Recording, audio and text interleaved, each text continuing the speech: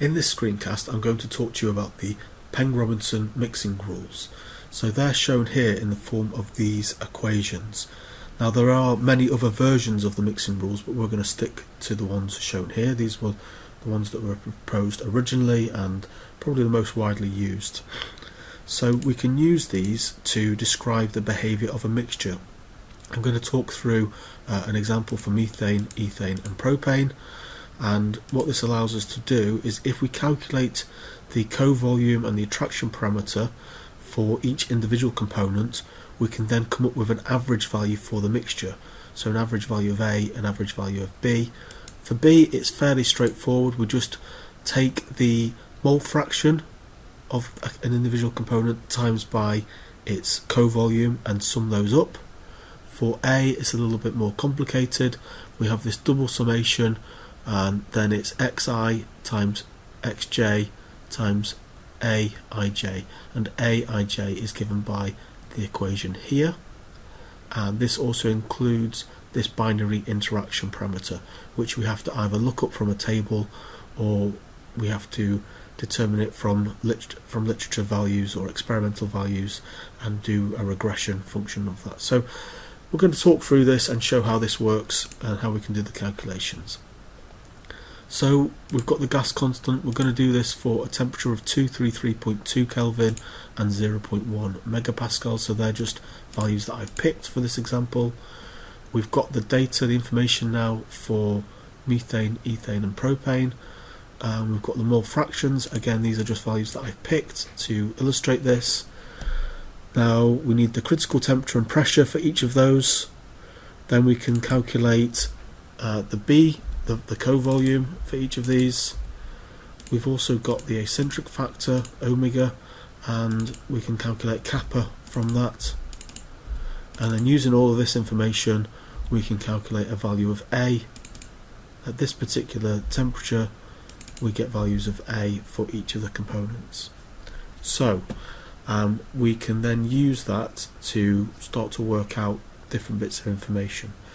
So I have just plotted out, or just written out, each of these values going down these tables. So this is going to be my AJ going across and my AI going down, and then that means that I can work out AIJ for each sort of cross pair. So when we do this for the same value for A1, the value just works out to be the same value. We also need the binary interaction parameters. So the binary interaction parameter for the same component is just 0.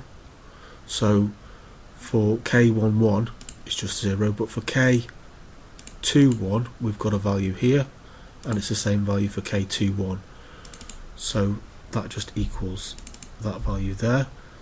And we've got a value for K13, and again K31 just equals the same thing, and so on. And we're going to need to use these binary interaction parameters down here. So let's take this example here. So this is for AI, so this is A1 here, oh sorry, A2 now, and this is A1. So we multiply those two values together and take the square root, and then we times it by 1 minus the binary interaction parameter up here. And we do this for all of these different values, and that gives us the AIJ for all possible combinations. We then take that information and multiply it by the various mole fractions. So this is going to be my AJ coming across here, my AI coming down here. So I've just taken these values from the table over here and the same here.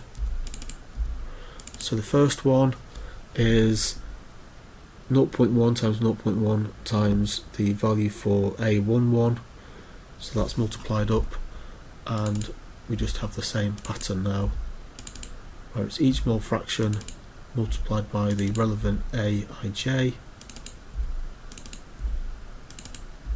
And to get the A of T, the overall mixture parameter, we just sum all of those up. So that is doing the double summation for us. So the double summation means that we have to sum up all of those values. You could think of it as being sum these ones, sum these ones, sum these ones, and then add them all up together, or sum across the rows and then add them all up. It's just simpler just to sum everything up all in one go. B is just the product sum of these values, so this is equivalent to 0.1 times the 26.803, 0.3 times the 40.538, 0.6 times the 56.316, and just add them all up. We can then use these values to work out the Z value and solve the cubic. So we can get a value of A, capital A, based on our temperature and pressure and our A value. We can then get a B value, so that works really nicely. We can then work out the polynomial coefficients. That's been done here for us, and then we can use the cubic function that we saw in the previous video, and that allows us to calculate Z values for the liquid phase and the vapor phase. So overall, that is how we can use the Peng-Robinson mixing rules to calculate average parameters in a mixture.